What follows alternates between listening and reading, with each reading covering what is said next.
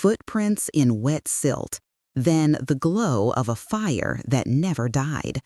To stay put was to be remade. In a city by the river, a potter's wheel hums, wet clay cooling a woman's wrists. Nearby, a scribe presses a reed into a tablet, while the smoke of ovens scents the air. We had wandered for ages, but now seeds held us close. Tending fields turned camps into villages, and villages into sprawling experiments in living together. With surplus came new questions. Who gets what? The great rivers, the Nile, the Tigris, the Indus, turned floods into calendars and arguments into law. From myths to measures, writing bound meaning to power. Soon, rules needed reach. Cities were planned on grids, their drains running beneath the streets. Authority began to travel, not just in stories, but on roads. And those roads were about to stretch. The Achaemenid Empire linked a continent with couriers. Greek city-states debated the meaning of freedom. Rome paved its authority in stone, making belonging a contract.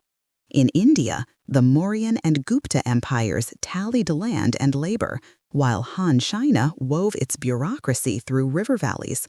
Across these worlds, aqueducts, postal relays, and minted silver clarified who owed what and to whom. Then the horizon itself beckoned. The Silk Roads carried glass and horses. The Indian Ocean raised lateen sails on steady winds. Trans-Saharan caravans hauled salt south and gold north. And with these goods traveled ideas, faiths, and microbes, connecting worlds that had never met. Salt spray stitched the planet into one story.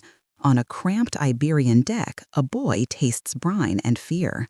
High in the Andes, a woman's hammer rings on silver ore.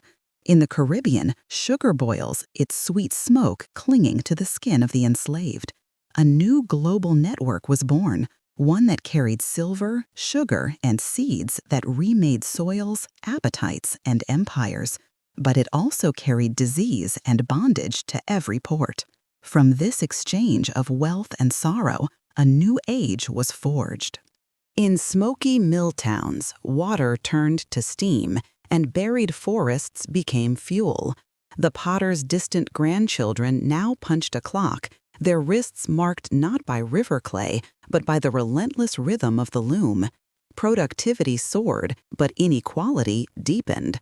Was this progress, or a pact that bound humanity to the machine?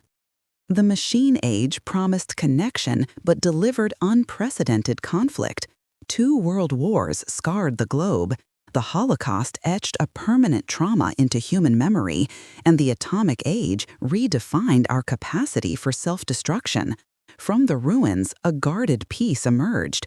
Empires dissolved as new nations found their voice.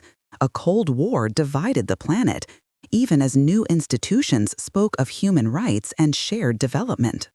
Then, a different kind of connection quickened. Networks of fiber and code began to wrap the Earth, shrinking distance, accelerating everything. Our supply chains, our climate shocks, our pandemics, all travel along these modern roads, echoes of ancient paths. This history is not behind us. It is the story of the jobs we do, the choices we face, and the ties that bind us in a complex, multipolar world.